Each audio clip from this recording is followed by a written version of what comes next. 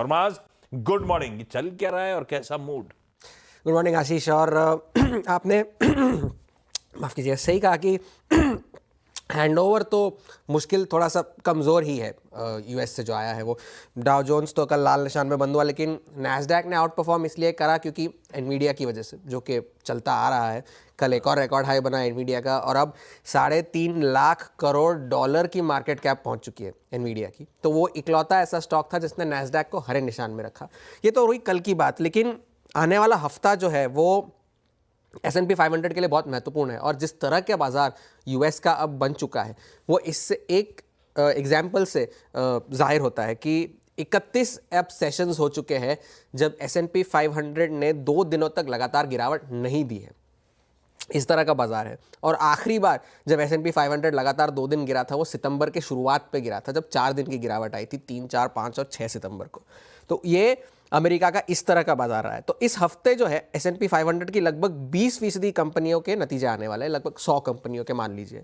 तो इस वक्त अब तक के जो जितने नतीजे आए हैं, जो लगभग 14% कंपनियों के नतीजे आए, उसमें से जो 80% कंपनीज हैं उनके नतीजे अनुमान से बेहतर रहे। अगर आप ये सुनेंगे तो आपको लगेगा अरे वाह वाह की बढ़िया बात है, लेकिन एक्सपेक्टेशंस इतने लो है वहाँ कि अगर थोड़ी सी भी अच्छी खबर जो आ जाती है तो वो अरे वाह वाह वाह क्या अर्निंग्स आए हैं। और हमारे यहाँ पर थोड़ा मामला उल्टा है कि एक्सपेक्टेशंस इतने ज़्यादा है, तो कल जिस तरह का गिरावट हमने देखी वो उस तरह से रिएक्शंस आते हैं। तो ब्लूमबर्ग ने एक सर्वे करा था और उन्होंने उसमें 411 लोगों से पूछा कि अब से लेके साल के अंत तक आपके लिए सबसे बड़ा फैक्टर बाजार के मूड के लिए क्या है। उसमें से 45% लोगों ने कहा अर्निंग्स। नतीजे जिस तरह के आएंगे वो डिटरमिन करेंगे कि बाजार कहाँ जाता है। लगभग 39% लोगों ने कहा कि चुनाव बड़े हैं, चुनाव तो अब आएंगे ही, अब अगले 2 हफ्तों में पता चल जाएगा क्या नतीजे आने वाले हैं। और फेड को अब उन्होंने साइडलाइन कर दिया है। सिर्फ 16% ऐसे रिस्पॉन्डेंट्स थे जिन्होंने कहा कि फेड ज़्यादा इंपॉर्टेंट है। लेकिन अब यूएस के बाजार रिकॉर्ड हाई तो बना रहे हैं, लेकिन वार्निंग साइंस जो है वो अब थोड़े से बढ़ रहे हैं। ये हम पिछले हफ्तों से भी बात कर रहे हैं कि बहुत सारे लोगों ने अपना एक सतर्क व्यू अपना रखा है। तो गोल्डमैन सैक्स ने भी कल ये कहा कि जो एक दशक जो रहा है S&P 500 की आउट परफॉर्मेंस का, वो अब खत्म हो चुका है। और अगले 10 साल तक वो एक एवरेज सालाना रिटर्न जो S&P 500 की एक्सपेक्ट करते हैं वो सिर्फ 3% की है, ये उन्होंने कहा।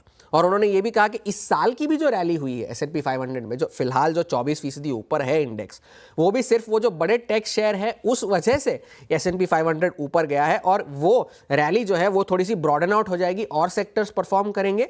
लेकिन अगर आप ये कॉन्सेंट्रेशन मानकर भी चले तो भी जो औसत रिटर्न है वो कोई ज़्यादा इंप्रूव नहीं होगा, वो 3% से 7% ही होगा। तो वो कोई ज़्यादा एक्सपेक्टेशन, आप रिटर्न की एक्सपेक्टेशन ना रखें, इस तरह की गोल्डमैन सैक्स ने चेतावनी दी है। और अगले 10 साल तक S&P 500 का ये गोल्डमैन सैक्स का मानना है कि 72% प्रोबेबिलिटी है कि बॉन्ड्स के मुकाबले S&P 500 अंडर परफॉर्म करेगा, और इन्फ्लेशन के मुकाबले रिटर्न्स जो है वो कम होंगे S&P 500 के, ये प्रोबेबिलिटी 33% की है, ऐसा गोल्डमैन सैक्स का मानना है। तो अब यील्ड्स के बारे में आप कह रहे थे, जो यील्ड्स पे जो बॉन्ड मार्केट में सेल ऑफ चल रहा है वो एक बड़ी खतरे की बात है, क्योंकि आप पिछले कुछ दफ़ा भी जब यूएस के बाजार गिरे थे, जब ट्रेजरी यील्ड्स 4% के ऊपर चली गई थी, तब बाजारों में भारी गिरावट हुई थी। अब तो खैर 4.2% हो चुकी है। और टी रो प्राइस के जो एनालिस्ट हैं उनका मानना है कि ये जो महंगाई की जो चिंताएं है, फिस्कल स्पेंडिंग की चिंता है, उस वजह से अगले 6 महीनों में यील्ड्स 5% तक भी जा सकती है। ये टी रो प्राइस के एनालिस्ट का कहना है। तो सतर्क रहने के व्यूज़ अब ज़्यादा बढ़ चुके हैं। आज अर्निंग्स जो है उसमें GE aerospace, Philip Morris, Verizon, Texas Instruments के नतीजे आएंगे। एशिया के बाजार थोड़े से दबाव में है। अब एंटिसिपेशन तो चाइना से यही है कि रोज़ एक स्टिमुलस आएगा, इस तरह के एंटिसिपेशन लगाए बैठे हैं लोग। तो स्टील पर आप नज़र रखिएगा, क्योंकि वर्ल्ड स्टील नाम की एक एजेंसी है जिन्होंने एक अनुमान निकाला है कि चाइनीज स्टील डिमांड जो है वो 6 साल में पहली बार ग्लोबल डिमांड से कम होगी, ये उनका मानना है। तो अगले साल जो है उसमें उन्होंने एक प्रोजेक्शन की है कि चाइना की जो मांग है वो 48%, 48% ऑफ ग्लोबल डिमांड होगी। भारत के बाजार 8% ग्रो करेंगे स्टील के डिमांड के मुकाबले, जो पिछले साल 14% ग्रो किया था, इस साल उस बेस पर 8% ग्रो करेंगे। तो वो एक अच्छे संकेत है भारत के लिए। और एक अदर्स डेवलप्ड इकोनॉमीज में 20% की मांग आएगी, ये तो चलेगा, मगर चाइना से डिमांड स्टील की कम होती आ रही है। वो इसलिए क्योंकि ग्लोबली डिमांड बढ़ रही है, तो वो थोड़ा सा ऑफसेट कर सकता है। तो कुल मिलाकर बात यह है कि फिलहाल ग्लोबली संकेत अच्छे नहीं है, वार्निंग साइंस थोड़े से बढ़ रहे हैं, तो थोड़ा सा आप सतर्क रहिए। कॉशियस रहिएगा, सतर्क रहिएगा।